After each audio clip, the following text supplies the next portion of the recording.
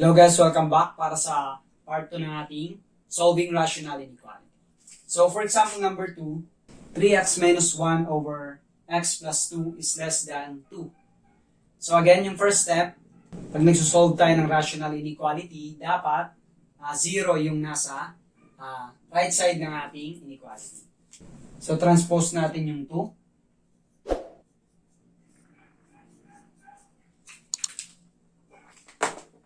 So, magiging negative siya. Okay, less than 0.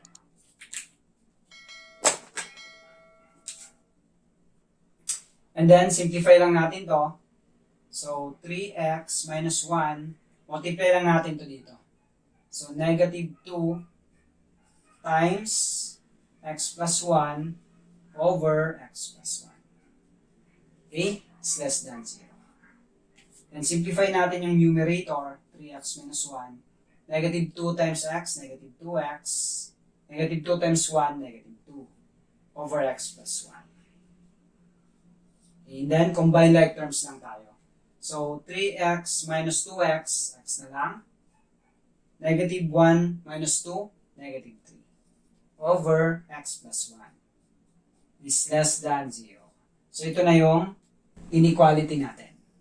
Now, again, second step natin, i-equate natin sa 0 tong numerator and denominator. So, x minus 3 is equal to 0, and x plus 1 is equal to 0. So, therefore, x is equal to, transpose natin yung negative 3, magiging positive, then transpose natin yung positive 1, magiging negative 1. Okay. So, ito na yung mga critical values natin. Okay. Then, ipa-plot natin siya sa number line. So, positive 3. Okay? So, correction pala, no? X plus 1 pala to. X plus 1. Okay? Then, ipa-plot natin siya sa, ipa-plot natin yung ating mga critical values sa number line. So, positive 3, nandito siya. And then, negative 1. So, nandito yung negative 1 natin. Okay? And then, i-check natin yung itong tatlong interval natin kung saan dito yung solution sa ating rational inequality. Okay, so start muna tayo dito sa may left ng negative 1 na interval. So, substitute lang natin kahit saan dito. So, negative 2 na lang, no? So, for x is equal to negative 2, substitute natin siya dito, okay? So, dito mo siya isa-substitute na hindi dun sa original. Dito sa naka-equate sa 0. So, x minus 3 over x plus 1 is less than 0. So, palitan natin ng negative 2 yung x. Negative 2 plus 1. So, negative 2 minus 3, negative 5. Negative 2 plus 1, negative 1. So, negative 5 over negative 1, that is positive 5. So, less than 0 ba yung negative 5? Hindi. So, false siya. So, ibig sabihin, hindi ito kasali sa ating solution. Hindi kasali sa solution ng ating rational inequality. Okay? Then next, ito namang interval natin sa gitna. So, yung between negative 1 and 3. So, piliin na natin yung 0. So, 0 naman. Yan, pag may 0 sa interval, piliin nyo lagi yung 0 para hindi kayo mahirapan mag-evaluate. So, erase natin muna ito. So, palitan natin ng 0 yung mga x.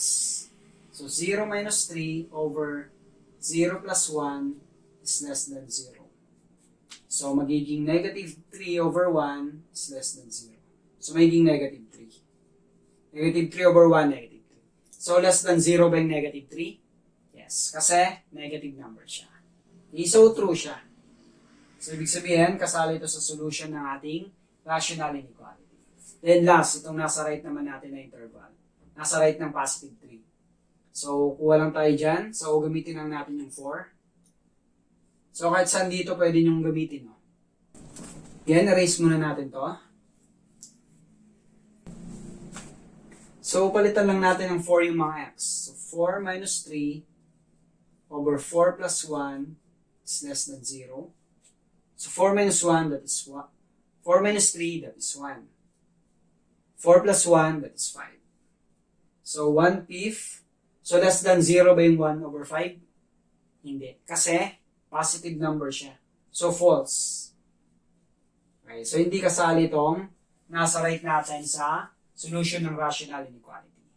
So, now, so ito na yung solution natin. Okay? Yung interval na to. From negative 1 to positive 3. So, pag isusulat natin siya in interval notation, so ganito lang, from negative 1, so check muna natin kung solution ba yung, kung kasali ba yung negative 1 sa solution ng inequality. So, sa-substitute lang natin, check natin yung negative 1 dito. So, check muna natin yung negative 1 kung kasali ba siya sa solution. So, negative 1 over minus 3 over negative 1 plus 1. So, magiging 0 yung denominator natin. Magiging negative 4 over 0. So, undefined na siya. Okay?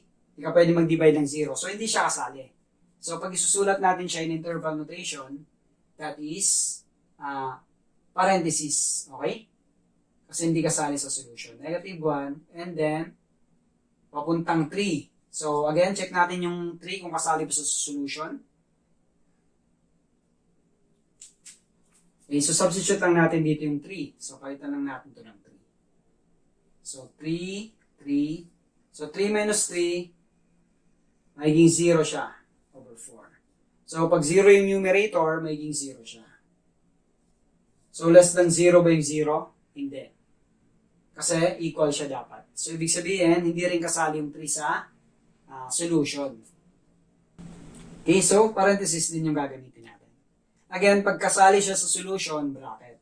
Pag hindi kasali, parenthesis. Okay, yun lang ang tatandaan niya. Now, pag ipaplat naman natin siya sa number line, i-graph natin. So, ganito naman siya. So, dahil hindi kasali yung negative 1 and positive 3, so open circle lang tayo, and then mag-draw lang tayo ng line. Makapal lang na line. Okay, ganun lang. Okay? Again, pag hindi kasali, open circle. Pag kasali, open circle, and then pag kasali sa solution, solid. Ganyan. Okay? Okay. So, ito na yung sa interval notation natin. So, comment below guys kung nakatulong yung video. Thank you for watching and don't forget to like.